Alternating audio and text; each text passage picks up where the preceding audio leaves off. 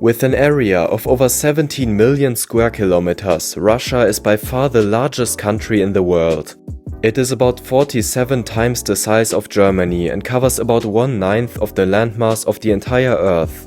In the past, the area was even larger. But how could Russia, whose center with Moscow and St. Petersburg is located on the European continent, spread to the Pacific coast? The first forerunner state, which extends over the territory of Russia, Ukraine and Belarus and is regarded by all three countries as a founding state, was the Kievan Rus, an East Slavic empire which was formed around 980 and finally adopted Christianity as the state religion in 988. However, this empire fell victim to the Mongol onslaught in 1240. The Mongol invasion accelerated the already emerging collapse of the Kiev Empire, and it thus disintegrated into several successor states, all of which were under control of the Mongols, or the so-called Golden Horde. These principalities fought for supremacy for a long time.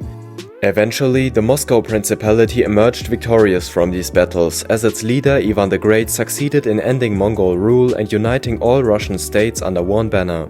As early as the 16th century, under his grandson Ivan IV, also called Ivan the Terrible, the so-called Cossacks, which consisted of equestrian units, set out to expand Russian borders beyond the Ural Mountains and conquer Siberia and the Far East. By opening up these areas, it thus became the largest country on Earth.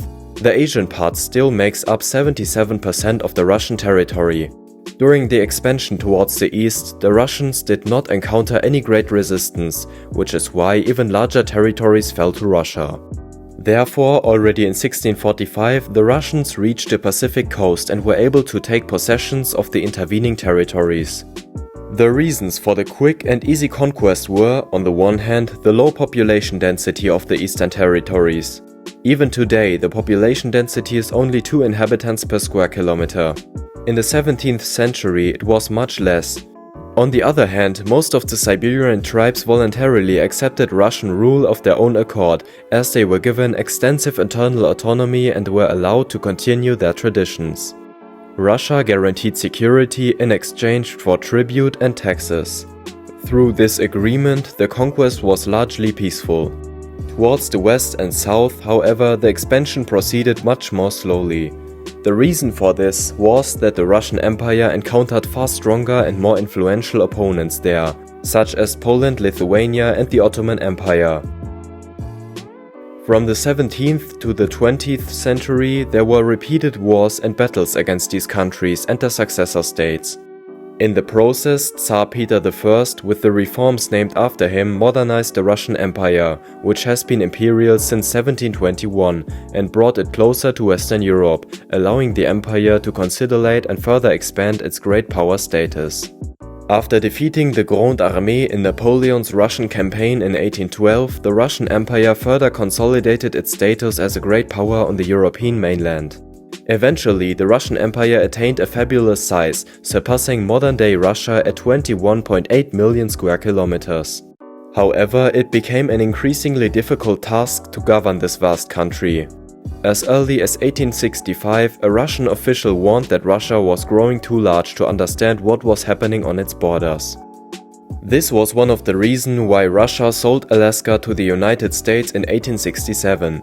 Even though a few hundred Russians lived there, it was simply too far from the center and had no strategic importance for Russia at that time. The Americans made quite a bargain, since the territory into which Germany would fit 4 times cost only $7 million, by today's standards about $120 million.